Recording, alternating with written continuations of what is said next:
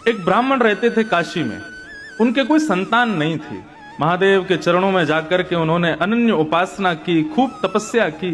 उनके भाव से प्रसन्न होकर के महादेव प्रकट हो गए और प्रकट होकर के बोले, विप्रदेव वर मांगो, क्या चाहिए?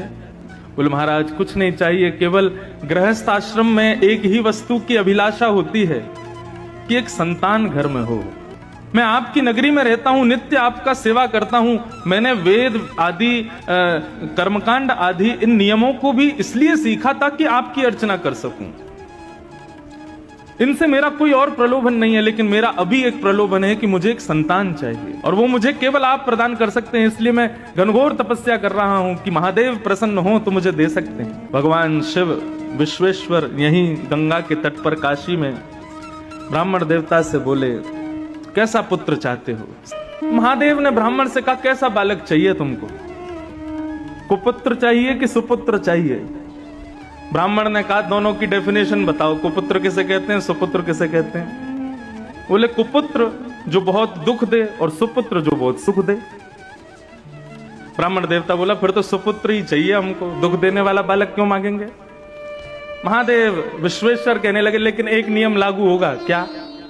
कुपुत्र मांगोगे तो उसकी आयु बड़ी लंबी होगी, लेकिन सुपुत्र मांगोगे तो बहुत जल्दी मर जाएगा, 5 साल की आयु रहेगी बस उसकी। तो बोला, ये तो आप गेम खेल गए मेरे साथ। संतान भी दे रहे हो और ऊपर से अपने नियम भी लगा रहे हो, और उसमें भी ऐसा नियम लगाया है कि मैं कहां जाऊं। अगर पुत्र मांगू लंबी आयु वाला तो वो दुख देगा, तो ऐसे पुत्र का फायदा क्या? और सुपुत्र मांगू तो फिर 5 साल के लिए ही मिलेगा।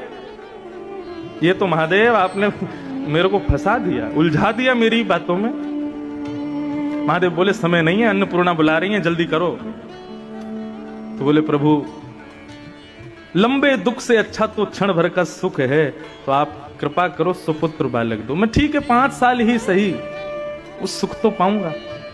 विश्वेश्वर ने आशीर्वाद दिया और इसी काशी की नगरी में उस विप्र देवता के यहां एक तेजस्वी ओजस्वी, बिल्कुल भगवान शिव कैसे हैं, ब्राह्मण देवता के बालक हुए।